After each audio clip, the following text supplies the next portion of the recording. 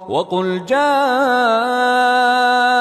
الحق وزهق الباطل إن الباطل كان زهوقا. నరకానికి పోవలసినటువంటి పరిస్థితి ఏర్పడుతుంది. అతని కర్మల చిట్టా విప్పడం జరుగుతుంది. పాపాల మీద పాపాలు, గుట్టలు గుట్టల పాపాలు ఉన్నాయి.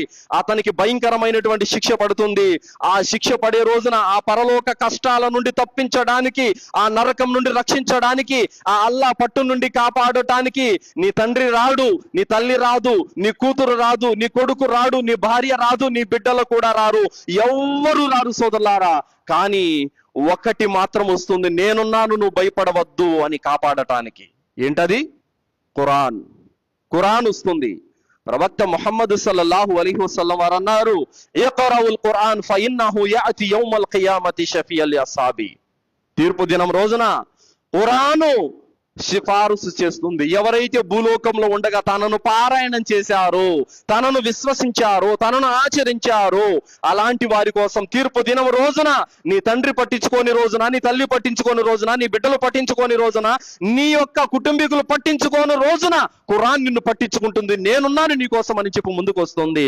ఆ రోజున అల్లాహ్ దర్బారులో నీ కోసం సిఫారసు చేస్తుంది. ఎప్పటి వరకు సిఫారసు చేస్తుందంటే, అల్లాహ్ నీకు క్షమాభిక్ష పెట్టి నిన్ను క్షమించి నరకం నుండి రక్షించి స్వర్గానికి పంపేంత వరకు నీ పక్షాన, నీ తరపున నిలబడి వాదిస్తూనే ఉంటుంది సోదరులారా. అలాంటి ఖురాన్ ఈ రోజు ఎక్కడ ఉంది?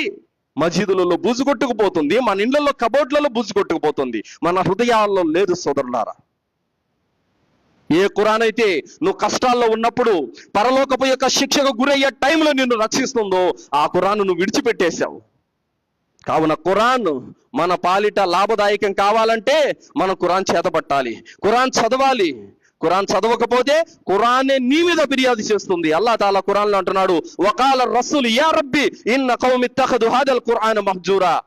ప్రవక్త సాక్ష్యం ఇస్తాడు, అల్లాహ్ నా జాతి ఖురాన్ విడిచిపెట్టింది అని. ఆ ఖురాన్ నీ పాలిట వినాశనకరంగా, అది నీకు శిక్షను తెచ్చిపెట్టేదిగా మారకూడదంటే ఈ లోకంలో ఉండగా నేను ఖురాన్ अक्सर बिना वजह उदास, थका हुआ या बहुत कमजोर महसूस करते हैं। रुकिए, दवाइयों की तरफ भागने से पहले हमारे नबी सल्लल्लाहु अलैहि वसल्लम का बताया हुआ ये खास नुस्खा आजमाएं। इसे तलबीना कहते हैं। सही बुखारी की हदीस है कि तलबीना बीमार के दिल को सुकून देता है और गम को दूर करता है। और आज साइंस क्या कहती है? जौ यानी बार्ली में ऐसे न्यूट्रिएंट्स होते हैं जो आपके ब्रेन में हैप्पी हार्मोन्स बढ़ाते हैं। ये डिप्रेशन और कमजोरी का कुदरती इलाज है। तो आज ही इस सुन्नत तरीके को अपनाएं, सेहत भी पाएं और सवाब भी।